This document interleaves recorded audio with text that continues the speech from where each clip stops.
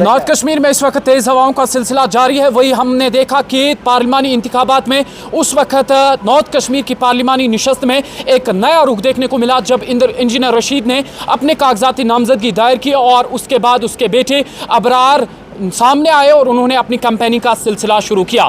आज भी हमने देखा कि लगातार अबरार रशीद के साथ लोगों का जमे गफीर जुड़ता है और नौजवान सामने आ रहे हैं और वो अबरार रशीद को सपोर्ट करते हुए नजर आ रहे हैं। इस वक्त मेरे साथ मौजूद हैं अबरार रशीद। अबरार साहब, आपका बहुत शुक्रिया, मैंने आपको इस वक्त यहाँ पर रोका, आपका बहुत बहुत शुक्रिया। आपसे जानने की कोशिश करेंगे, अचानक आप मैदान में आए, लोग इस वक्त आपसे जुड़ रहे हैं, जज्बात आपके साथ जुड़ रहे हैं, लोगों के एहसासात आपके साथ जुड़ रहे हैं, तो कैसा लग रहा है?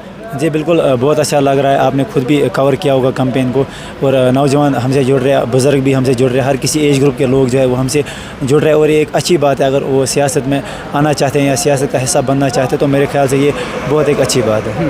तो अबरार साहब, आपसे ये भी जानने की कोशिश करें क्योंकि आपकी अभी कम उम्र है और कम उम्री में आपने बहुत कुछ सहा है, जिसके बाद आप इस वक्त आवाम के सामने आ रहे हैं और सबसे बड़ी बात जो कैंपेन में देखी जा रही है, आप बहुत निराश नज़र आ रहे हैं, रोते हुए नज़र आ रहे हैं। ये जज्बात, ये एहसासात, इन पर आप काबू नहीं पा रहे हैं। कौन सी चीज़ आपको बहुत तंग कर रही है? यकीनी तौर पर आप जिस दौर से गुजरे हैं उस दौर को आपने तह से देखा होगा, तो किस तरह कौन सी चीज़ आपको ज़्यादा परेशान करती है? जी, अगर परेशान कोई चीज़ करती है तो वो वालिद साहब की गैर मौजूदगी करती है, क्योंकि उनका साथ होना बहुत ज़रूरी होता है। उनका जो शफ़क़त का हाथ है वो बेटे के सर पे होना चाहिए।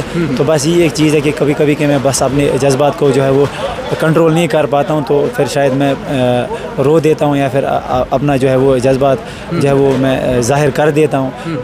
हालांकि मैं हमेशा कोशिश करता हूँ कि अपने जज्बात को ऐसे ज़ाहिर ना करूँ कि लोगों को लगे कि ये शायद ड्रामा कर रहे हैं और कुछ। तो बस वो जब वालिद साहब की कमी महसूस होती है तो तभी मैं जो है अपने वो जज्बात को, एहसासात को ज़ाहिर करता हूँ। तो आखिरी बार कब देखा था अपने वालिद को सर? मैंने जनवरी में देखा था उनको। इस बार जब इस साल गया था मैं उनसे मिलने के लिए तिहाड़ जेल में, तभी देखा था मैं। तो कैंपेनिंग शुरू करने से पहले ये इरादा था कि इतना लोगों का जम गफीर आपके साथ जुड़ेगा, कहीं ना कहीं आपका लोगों के साथ जुड़ना या लोगों का आपके साथ जुड़ना ये बड़े बड़े चेहराओं को चौंका दिया? जी बिल्कुल, देखिए जब मैं स्टार्टिंग में निकला तो इतने ज़्यादा लोग नहीं थे, लेकिन 2-3 दिन के बाद जो हमने मोमेंटम पकड़ा तो बहुत सारे लोग जुड़ने लगे और मुझे कहीं ना कहीं दिल में ये यकीन था कि मेरे वालिद साहब ने जो है वो उनके लिए अच्छा काम किया, कश्मीर के लिए अच्छा काम किया और शायद जो आज ये लोग जुड़ रहे हैं वो उसी का सिला जो है वो उनको मिल रहा है वापस। तो अभी आप थके हुए हैं, घर जब जाते हैं तो घर की पूरी सिचुएशन, किस तरह इस सिचुएशन को हैंडल करना, ये सब आपको मैनेज करने में कौन साथ दे रहा है?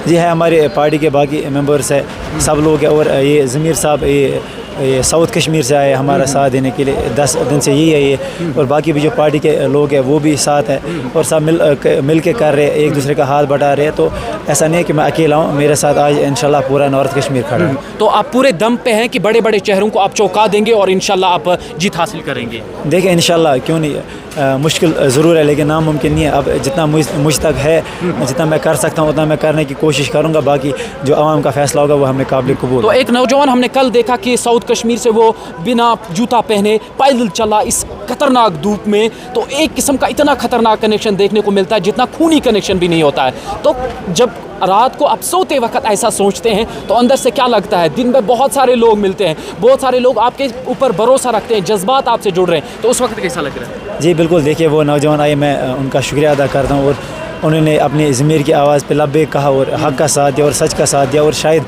इसी हक़ का साथ देने पे और सच का साथ देने पे उनके दिल ने, उनके ज़मीन उनको ये मुतमईन किया कि शायद उन्हें पैदल चलना चाहिए और ये अच्छी बात है। अगर उन्होंने अपनी ज़मीर की आवाज़ पे आज लब्बैक कहा, सच का साथ दिया, तो मैं वेलकम करता हूँ उनका। तो एक साइड से जो 35 साल नौजवान है वो आपके साथ जुड़ रहे हैं, दूसरी साइड से 40-45 साल जो बुज़ुर्ग लोग हैं वो अपने रवायती पॉलिटिशियन को पसंद करते हैं, तो क्या लगता है कि नौजवान बदलाव लाएंगे?